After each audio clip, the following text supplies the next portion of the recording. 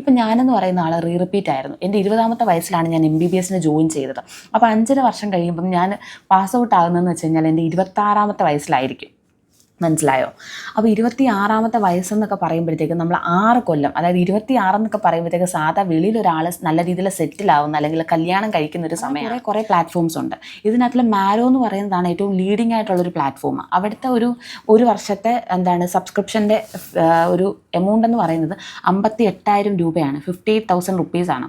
അപ്പോൾ നമ്മൾ ഒന്നെങ്കിൽ ഈ ഹൗസ് സർജൻസിക്ക് നമുക്ക് കിട്ടുന്ന സ്റ്റൈഫൻഡ് നമ്മൾ സേവ് ചെയ്തിട്ട് ഇതിന് വേണ്ടിയിട്ട് പഠിക്കുക. ഗവൺമെൻറ് മെഡിക്കൽ കോളേജിൽ ഹൗസ് സർജൻസിയുടെ സ്റ്റൈഫൻഡ് എന്ന് പറയുന്നത് 25,000. അമ്മൂമ്മമാർ വരെ നമ്മളോട് വന്ന് പറയും, മോളെ അയ്യോ MBBS കൊണ്ട് മാത്രം കാര്യമില്ല, PG എടുക്കണം. ഇത് എൻ്റെ അടുക്ക പറഞ്ഞിട്ടുള്ളതാണ് കേട്ടോ. അവർക്ക് ഇതിനെപ്പറ്റി എത്ര വിവരം ഉണ്ടെന്നൊന്നും എനിക്കറിയത്തില്ല. പക്ഷെ എല്ലാവരും ഇപ്പോൾ ഞാനിപ്പോൾ വീട്ടിൽ ചെന്ന് കഴിഞ്ഞാൽ എൻ്റെ തലവട്ടം കാണുന്നവരെല്ലാവരും എൻ്റെ അടുക്ക വന്നിട്ട് പറയും, മോളെ MBBS കൊണ്ട് മാത്രം ഒരു കാര്യമില്ല, PG എടുക്കണം. ഹലോ ഗൈസ്, അപ്പോൾ എല്ലാവരും എന്ത് പറയുന്നു? അപ്പോൾ നമ്മളുടെ ഇന്നത്തെ വീഡിയോ എന്ന് പറയുന്നത് one of the most requested video ആണ് കേട്ടോ. ഇപ്പോൾ ഞാൻ റീസെൻ്റ്ലി പോസ്റ്റ് ചെയ്യുന്ന എല്ലാ വീഡിയോസും എനിക്ക് അത്യാവശ്യം റിക്വസ്റ്റ് വന്നിട്ടുള്ള വീഡിയോസ് തന്നെയാണ്. അപ്പോൾ ഇപ്പോൾ എൻ്റെ അടുക്ക കുറേ അധികം കൊച്ചുങ്ങൾ ചോദിക്കുന്നുണ്ട്, ചേച്ചി MBBS ഓവർ റേറ്റഡ് ആണോ എന്നുള്ളത്. അപ്പോൾ അത് ചോദിക്കാനുള്ള സാഹചര്യം എന്ന് പറയുന്നത് ഇപ്പോൾ എന്തായാലും റിപ്പീറ്റ് ചെയ്ത് എഴുതിയവരുടെ സ്കോറൊന്നും അത്യാവശ്യം സാറ്റിസ്ഫൈങ് ആയിരിക്കത്തില്ല. ഒരു ഗവൺമെൻറ് MBBS സീറ്റ് കിട്ടാനും മാത്രമുള്ള ഒരു സ്കോർ അവരിപ്പോൾ എക്സ്പെക്ട് ചെയ്യുന്നുണ്ടാവത്തില്ല. അപ്പോൾ ഇനിയും ഒരു കൊല്ലം ഇതിനകത്ത് ഇൻവെസ്റ്റ് ചെയ്യുന്നത് വേർത്താണോ? അതായത് 1-2 കൊല്ലം ഈ നീറ്റിന് വേണ്ടിയിട്ട് നമ്മൾ ഇൻവെസ്റ്റ് ചെയ്ത് അതുവഴി നമുക്കൊരു MBBS സീറ്റ് കിട്ടി പഠിക്കുന്നത് വേർത്താണോ എന്നുള്ളത് കുറച്ച് ആളുകളുടെ ഡൗട്ടാണ്. പിന്നെ ഇപ്പോൾ ഒരു 440+ മേടിച്ചവർക്ക് ഇനി ഒന്നും കൂടെ റിപ്പീറ്റ് ചെയ്യാതെ സെൽഫ് ഫിനാൻസിങ്ങിൽ ഒരു MBBS സീറ്റ് എടുത്തു പോകുന്നത് വേർത്താണോ? അങ്ങനെ ചിന്തിക്കുന്നവരുണ്ട്. അതായത് വർഷം 10 ലക്ഷം രൂപ അടച്ച് സെൽഫ് ഫിനാൻസിങ്ങിൽ ഒരു MBBS പഠിക്കുന്നത് വേർത്താണോ? അങ്ങനെ ചോദിക്കുന്നവരുണ്ട്. അപ്പോൾ എന്തായാലും നമുക്ക് വീഡിയോയിലേക്ക് കടക്കാം. അപ്പോൾ എൻ്റെ പേര് ശില്പ. ഞാൻ ശ്രീനാരായണ മെഡിക്കൽ കോളേജിൽ ഒരു ഫൈനൽ ഇയർ MBBS സ്റ്റുഡൻ്റ് ആണ്.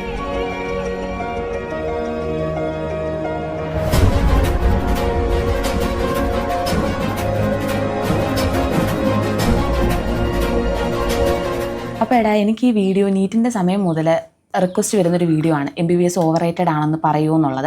അപ്പോൾ എന്തായാലും നീറ്റിൻ്റെ ടൈം എന്ന് പറയുന്നത് അത്യാവശ്യം കൊച്ചുങ്ങൾ നല്ല രീതിയിൽ ഇത് ആഗ്രഹിച്ച് പ്രിപ്പയർ ചെയ്യുന്നൊരു സമയമാണ്. അപ്പോൾ ഞാനിവിടെ വന്നിട്ട് MBBS ഇന്ന കുഴപ്പങ്ങളുണ്ടെന്ന് പറഞ്ഞു കഴിഞ്ഞാൽ നിങ്ങൾക്കതൊരു നെഗറ്റീവ് ഇമ്പാക്റ്റ് ആയിട്ട് വന്നാലോ എന്നുള്ളത് കൊണ്ടാണ് ഞാൻ ഈ വീഡിയോ അന്നേരം പോസ്റ്റ് ചെയ്യാനത്. ഇപ്പം ഞാൻ എന്തൊക്കെയാണ് കാര്യങ്ങൾ സഫർ ചെയ്യുന്നതെന്നുള്ളത് എൻ്റെ അച്ഛനും അറിയാം, അമ്മയ്ക്കും അറിയാം, അനിയത്തിക്കും അറിയാം. ഇനി എന്തൊക്കെ സഫർ ചെയ്യാൻ പോകുന്നു എന്നുള്ളൊരു ഔട്ട്ലൈനും അവർക്കറിയാം. എന്നിട്ടും ഇപ്പോൾ എൻ്റെ അനിയത്തി അവളിതെല്ലാം അറിഞ്ഞതാണ്. ഇത്ര കാര്യങ്ങൾ പഠിക്കാനുണ്ട്, ഇന്ന പ്രശ്നങ്ങളുണ്ട്. എന്നിട്ടും അവളുടെ ആഗ്രഹം കൊണ്ടാണ് അവൾ 3 വട്ടം നീറ്റ് എഴുതിയിട്ട് ഇപ്പോൾ ഈ കോഴ്സിന് വേണ്ടിയിട്ട് വെയിറ്റ് ചെയ്യുന്നത്. അപ്പോൾ എന്തൊക്കെ പറഞ്ഞു കഴിഞ്ഞാൽ നമ്മളുടെ ആഗ്രഹമാണ്. ഇപ്പം എനിക്ക് പക്ഷേ ഞാൻ ജോയിൻ ചെയ്യുന്ന സമയത്ത് ഇത്രയും കാര്യങ്ങൾ ഇത്ര പ്രശ്നങ്ങളുണ്ടെന്നൊന്നും അറിയത്തില്ലായിരുന്നു. ചിലപ്പോൾ അറിഞ്ഞാലും ഞാൻ എന്തായാലും ഇങ്ങോട്ട് തന്നെ വരത്തുള്ളായിരുന്നു. കാരണം ആഗ്രഹമാണ് മുന്നിൽ നിൽക്കുന്നത്. അപ്പോൾ എന്തായാലും MBBS എന്ന് പറയുന്നൊരു കോഴ്സ് 4.5 വർഷമാണ് അതിൻ്റെ അക്കാഡമിക് പീരീഡ് വരുന്നത്. 1 വർഷം ഇൻറ്റേൺഷിപ്പ്, അങ്ങനെ മൊത്തം 5.5 വർഷമാണ് നമ്മുടെ UG വരുന്നത്. അതായത് സാധാരണ നമ്മളിപ്പോൾ ഒരു BSc കെമിസ്ട്രിയോ BSc ഫിസിക്സോ BSc ബോട്ടണിയോ ഒക്കെ 3 കൊല്ലം കൊണ്ട് തീരും. ഇത് 5.5 കൊല്ലം കൊണ്ടേ നമ്മൾ ആ ഒരു ഡിഗ്രി കംപ്ലീറ്റ് ആക്കാൻ പറ്റത്തുള്ളൂ കേട്ടോ. അപ്പോൾ 5.5 കൊല്ലമാണ് അക്കാഡമിക് പീരീഡ്. ഇപ്പം ഞാനെന്ന് പറയുന്ന ആൾ റിപ്പീറ്റ് ആയിരുന്നു. എൻ്റെ 20ാമത്തെ വയസ്സിലാണ് ഞാൻ MBBS ജോയിൻ ചെയ്തത്. അപ്പോൾ 5.5 വർഷം കഴിയുമ്പം ഞാൻ പാസ് ഔട്ട് ആകുന്നതെന്ന് വെച്ച് കഴിഞ്ഞാൽ എൻ്റെ 26ാമത്തെ വയസ്സിലായിരിക്കും. മനസ്സിലായോ? അപ്പോൾ 26ാമത്തെ വയസ്സെന്നൊക്കെ പറയുമ്പോഴത്തേക്കും നമ്മൾ 6 കൊല്ലം, അതായത് 26 എന്നൊക്കെ പറയുമ്പോഴത്തേക്ക് സാധാ വെളിയിലൊരാൾ നല്ല രീതിയിൽ സെറ്റിലാവുന്ന അല്ലെങ്കിൽ കല്യാണം കഴിക്കുന്ന ഒരു സമയമാണ്. ഞാൻ അന്നേരവും UG മാത്രം കൊണ്ടാണ് ഇരിക്കുന്നത്. അപ്പോൾ ഇപ്പം ഒരു വിവരവും ഇല്ലാത്ത അമ്മൂമ്മമാർ വരെ നമ്മളോട് വന്ന് പറയും, മോളെ അയ്യോ MBBS കൊണ്ട് മാത്രം കാര്യമില്ല, PG എടുക്കണം. ഇത് എൻ്റെ അടുക്ക പറഞ്ഞിട്ടുള്ളതാണ് കേട്ടോ. അവർക്ക് ഇതിനെപ്പറ്റി എത്ര വിവരം ഉണ്ടെന്നൊന്നും എനിക്കറിയത്തില്ല. പക്ഷെ എല്ലാവരും ഇപ്പോൾ ഞാനിപ്പോൾ വീട്ടിൽ ചെന്ന് കഴിഞ്ഞാൽ എൻ്റെ തലവട്ടം കാണുന്നവരെല്ലാവരും എൻ്റെ അടുക്ക വന്നിട്ട് പറയും, മോളെ MBBS കൊണ്ട് മാത്രം ഒരു കാര്യമില്ല, PG എടുക്കണം. എന്തായാലും ഞാൻ PG എടുക്കും. പിന്നെ എന്താണ് ഇവരിങ്ങനെ പറയുന്നതെന്ന് എനിക്കറിയത്തില്ല. അപ്പോൾ അതാണൊരു പ്രശ്നം. PG എടുക്കാതെ നമുക്കൊരു നിലനിൽപ്പില്ലടാ. അതെന്ന് വെച്ച് കഴിഞ്ഞാൽ ഇപ്പോൾ നിങ്ങൾക്കറിയാം അത്യാവശ്യം ഒത്തിരി മെഡിക്കൽ ആസ്പിറൻസ് ഉണ്ട്, നല്ല കോമ്പറ്റീഷനുള്ളൊരു ഫീൽഡാണിത്. ഇപ്പം നിങ്ങൾ ഇത്രയും സീറ്റൊക്കെ ഉണ്ടെന്ന് നിങ്ങൾ അറിയുന്നില്ല. അതുപോലെ അത്രയും ഡോക്ടേഴ്സ് വെളിയിൽ ഉണ്ട്, പാസ് ഔട്ടായിട്ട് നിൽക്കുന്നുണ്ട്. അപ്പോൾ ആ ഒരു PG ഉള്ളവർക്കാണ് ഇത്രയും കൂടെ മുൻഗണന.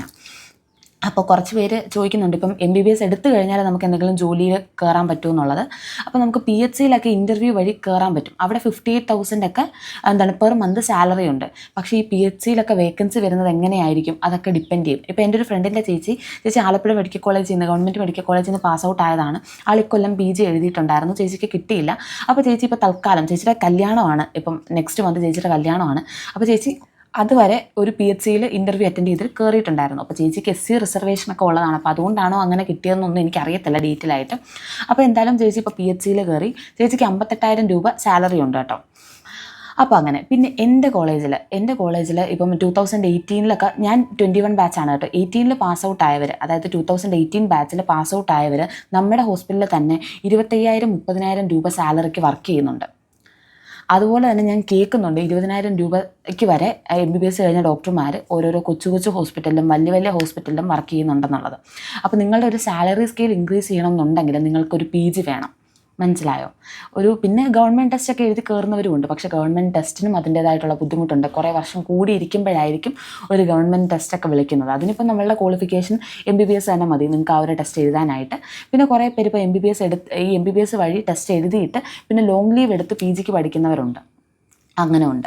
അപ്പോൾ ഞാൻ പറഞ്ഞതാണ് 58,000 രൂപ സാലറിക്ക് വർക്ക് ചെയ്യുന്നവരും ഉണ്ട്, 25,000 to 30,000 രൂപ സാലറിക്ക് വർക്ക് ചെയ്യുന്നവരും ഉണ്ട്. ഈ 58,000 രൂപ സാലറിക്ക് വർക്ക് ചെയ്യണം എന്നുണ്ടെങ്കിൽ PHCയിൽ വേക്കൻസി വരണം. അതെപ്പോഴാണ് വരുന്നത് നമുക്ക് പറയാൻ പറ്റത്തില്ല. പിന്നെ നമുക്ക് എപ്പോഴും പറ്റുന്നൊരു കാര്യം എന്ന് വെച്ച് കഴിഞ്ഞാൽ പ്രൈവറ്റ് ഹോസ്പിറ്റലിൽ 25,000 30,000 രൂപ സാലറിക്ക് കയറുക എന്നുള്ളതാണ് MBBS കഴിഞ്ഞാൽ. പിന്നെ ആ ഒരു സാലറി വെച്ചിട്ട് നമ്മളുടെ കാര്യങ്ങളൊക്കെ നോക്കിയിട്ട് PGക്ക് വേണ്ടിയിട്ട് പ്രിപ്പയർ ചെയ്യുക. ഇപ്പോൾ PGക്ക് നമ്മൾ പ്രിപ്പയർ ചെയ്യാന്ന് വെച്ച് കഴിഞ്ഞാൽ ബ്രില്യൻ്റ് പോലെ ഓഫ്ലൈൻ ക്യാമ്പസ് ഒന്നുമില്ല. ഫുൾ ഓൺലൈൻ ആയിട്ടുള്ള കാര്യങ്ങളാണ് നമുക്ക് പഠിക്കാനായിട്ട്. ഇപ്പോൾ ബ്രില്യൻറ്റിൻ്റെ ഓൺലൈൻ പോലെ നമുക്ക് PG പഠിക്കാനായിട്ട് ഓൺലൈൻ പ്ലാറ്റ്ഫോംസ് ആണ് ഉള്ളത്. മാരോ ഉണ്ട്, ഡോക് ട്യൂട്ടോറിയൽസ് ഉണ്ട്, പിന്നെ പെപ്ലാഡർ ഉണ്ട്, അങ്ങനെ കുറേ പ്ലാറ്റ്ഫോംസ് ഉണ്ട്. ഇതിനകത്തിൽ മാരോ എന്ന് പറയുന്നതാണ് ഏറ്റവും ലീഡിങ് ആയിട്ടുള്ളൊരു പ്ലാറ്റ്ഫോം. അവിടുത്തെ ഒരു വർഷത്തെ സബ്സ്ക്രിപ്ഷൻ്റെ ഒരു എമൗണ്ട് എന്ന് പറയുന്നത് 58,000 രൂപയാണ്. 58,000 റുപ്പീസാണ്. അപ്പോൾ നമ്മൾ ഒന്നെങ്കിൽ ഈ ഹൗസ് സർജൻസിക്ക് നമുക്ക് കിട്ടുന്ന സ്റ്റൈഫൻഡ് നമ്മൾ സേവ് ചെയ്തിട്ട് ഇതിന് വേണ്ടിയിട്ട് പഠിക്കുക. ഗവൺമെൻറ് മെഡിക്കൽ കോളേജിൽ ഹൗസ് സർജൻസിയുടെ സ്റ്റൈഫൻഡ് എന്ന് പറയുന്നത് 25,000 ആണ്. പ്രൈവറ്റ് മെഡിക്കൽ കോളേജുകളിൽ MBBSൻ്റെ അതായത് ഹൗസ് സർജൻസിയുടെ സ്റ്റൈഫൻഡ് എന്ന് പറയുന്നത് 10,000 രൂപയാണ്. അതായത് ഒരു വർഷം നമുക്ക് ഓരോ മാസവും 10,000 രൂപ വെച്ച് പ്രൈവറ്റ് മെഡിക്കൽ കോളേജ് ആണെങ്കിൽ സ്റ്റൈഫൻഡ് കിട്ടും. ഗവൺമെൻറ് മെഡിക്കൽ കോളേജ് ആണെങ്കിൽ അത് 25,000 രൂപ വെച്ച് ഓരോ മാസവും സ്റ്റൈഫൻഡ് കിട്ടും. അപ്പം ഇതിനകത്തുനിന്ന് നമ്മൾ സേവ് ചെയ്തിട്ട് വേണം ചിലവർ ഈ മാരോടെയൊക്കെ സബ്സ്ക്രിപ്ഷൻ എടുക്കുന്നവർ. ചിലവർ നമ്മുടെ പേരൻസ് സ്റ്റേബിൾ ആണെങ്കിൽ അവർ നമുക്ക് ഇൻവെസ്റ്റ് ചെയ്യും. ഇപ്പം നമ്മൾക്കൊരു 26 വയസ്സ്, ഇപ്പോൾ എനിക്കൊരു 26 വയസ്സൊക്കെ ആകുമ്പോഴത്തേക്ക് എന്തായാലും എൻ്റെ അച്ഛൻ റിട്ടയർ ആവും, ഉറപ്പാണ്. അച്ഛൻ അടുത്ത കൊല്ലം റിട്ടയർ ആവുകയാണ്. അമ്മയ്ക്ക് ഇനിയുണ്ട് കുറച്ച് നാളും കൂടെ സർവീസ്. അപ്പോൾ എന്തായാലും നമ്മളുടെ ഭൂരിഭാഗം ആളുകളുടെയും ഇപ്പോൾ സെയിം 1-2 വയസ്സിലെ കല്യാണം കഴിച്ച അച്ഛനും അമ്മമാരൊക്കെ ആണെങ്കിൽ അവരെന്തായാലും റിട്ടയർ ആവും. പിന്നെ അവരുടെ ഒരു പെൻഷനിലായിരിക്കും നമ്മളുടെ ലൈഫ് ഇങ്ങനെ റൺ ചെയ്തുകൊണ്ട് പോകുന്നത്.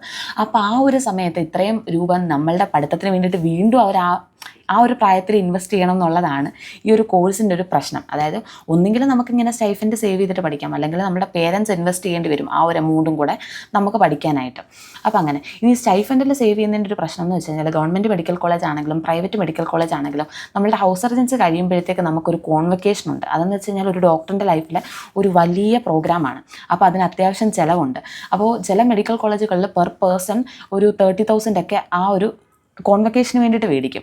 അപ്പോൾ ഈ സ്റ്റൈഫൻഡ് കിട്ടുന്ന സമയത്തെന്ന് വെച്ച് കഴിഞ്ഞാൽ നമുക്ക് നമ്മളുടെ ഹോസ്റ്റൽ ഫീസ് അടയ്ക്കണം, നമ്മളുടെ ഫുഡ് എക്സ്പെൻസ് നോക്കണം. ഈ 10,000 രൂപയൊക്കെ ഞങ്ങൾ പ്രൈവറ്റ് മെഡിക്കൽ കോളേജിലെ സ്റ്റൈഫൻഡ് മേടിക്കുന്നവർ ഇതിനകത്തുള്ള നമ്മുടെ ഫുഡ് വേണം, നമ്മളിപ്പം വെളിയിൽ എവിടെയെങ്കിലും നിൽക്കുകയാണെങ്കിൽ നമ്മളുടെ ഹോസ്റ്റൽ ഫീസ് വേണം.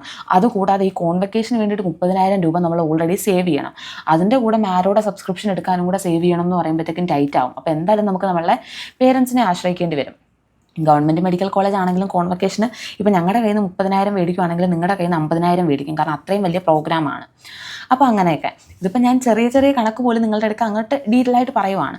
അപ്പോൾ നമ്മളിങ്ങനെ മാരോടെ സബ്സ്ക്രിപ്ഷൻ എടുത്ത് പഠിക്കുവാണെങ്കിൽ തന്നെയും ഇത് ഒരു വർഷം കൊണ്ട് നമുക്ക് ക്രാക്ക് ചെയ്യാൻ പറ്റുന്നൊരു എക്സാം അല്ല. ഇപ്പം നമ്മളുടെ ഈ നീറ്റിൻ്റെ കാര്യം പറഞ്ഞ പോലെ റിപ്പീറ്റ് ചെയ്ത് ക്രാക്ക് ചെയ്യുന്നവരുണ്ട്, റിപ്പീറ്റ് ചെയ്ത് ക്രാക്ക് ചെയ്യുന്നവരുണ്ട്, സൂപ്പർ റിപ്പീറ്റ് ചെയ്ത് ക്രാക്ക് ചെയ്യുന്നവരുണ്ട്. നീറ്റ് അതായത് നമ്മുടെ MBBSനായിട്ടുള്ള നീറ്റ്.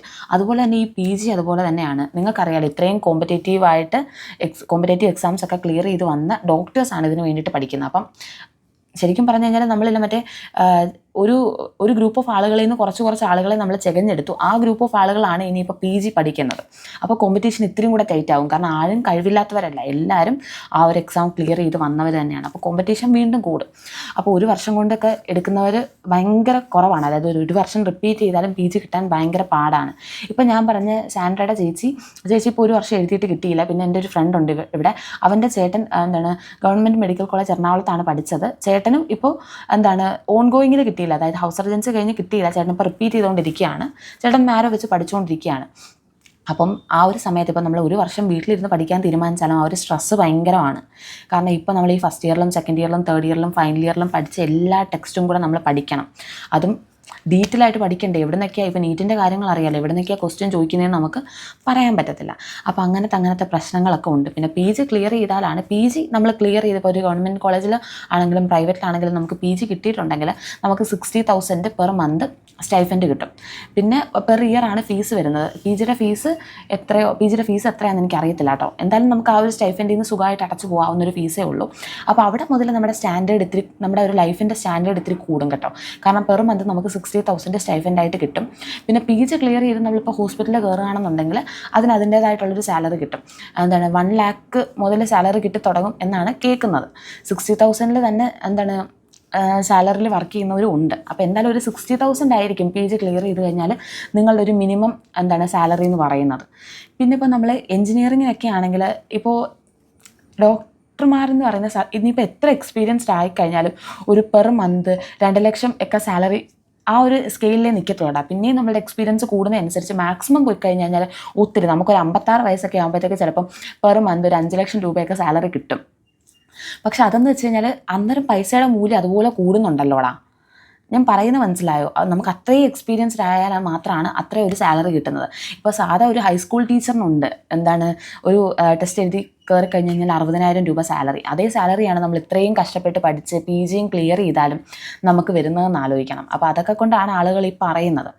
അപ്പോൾ നിങ്ങൾ ചിന്തിക്കുക, എനിക്കും ഇപ്പോൾ ഞാൻ ഈ ഒരു പ്രൊഫഷനിലോട്ട് ഇറങ്ങിയിട്ടില്ല. പ്രൊഫഷനിലോട്ട് ഇറങ്ങുമ്പോഴാണ് നമുക്ക് വീണ്ടും കോമ്പറ്റീഷൻ. ഇപ്പം നമ്മൾ പല ഹോസ്പിറ്റലിലായിട്ട് ഓടി നടക്കേണ്ടി വരും നമുക്കൊരു വേക്കൻസി കിട്ടാൻ വേണ്ടിയിട്ട്. ഇപ്പോൾ പ്രൈവറ്റിലാണെങ്കിലും അത്യാവശ്യം കോമ്പറ്റീഷനാണ്, ഒരു വേക്കൻസി കിട്ടാൻ പാടാണ്. അപ്പോൾ അങ്ങനത്തെ ഉള്ള പ്രശ്നങ്ങളൊക്കെ ഉണ്ട്.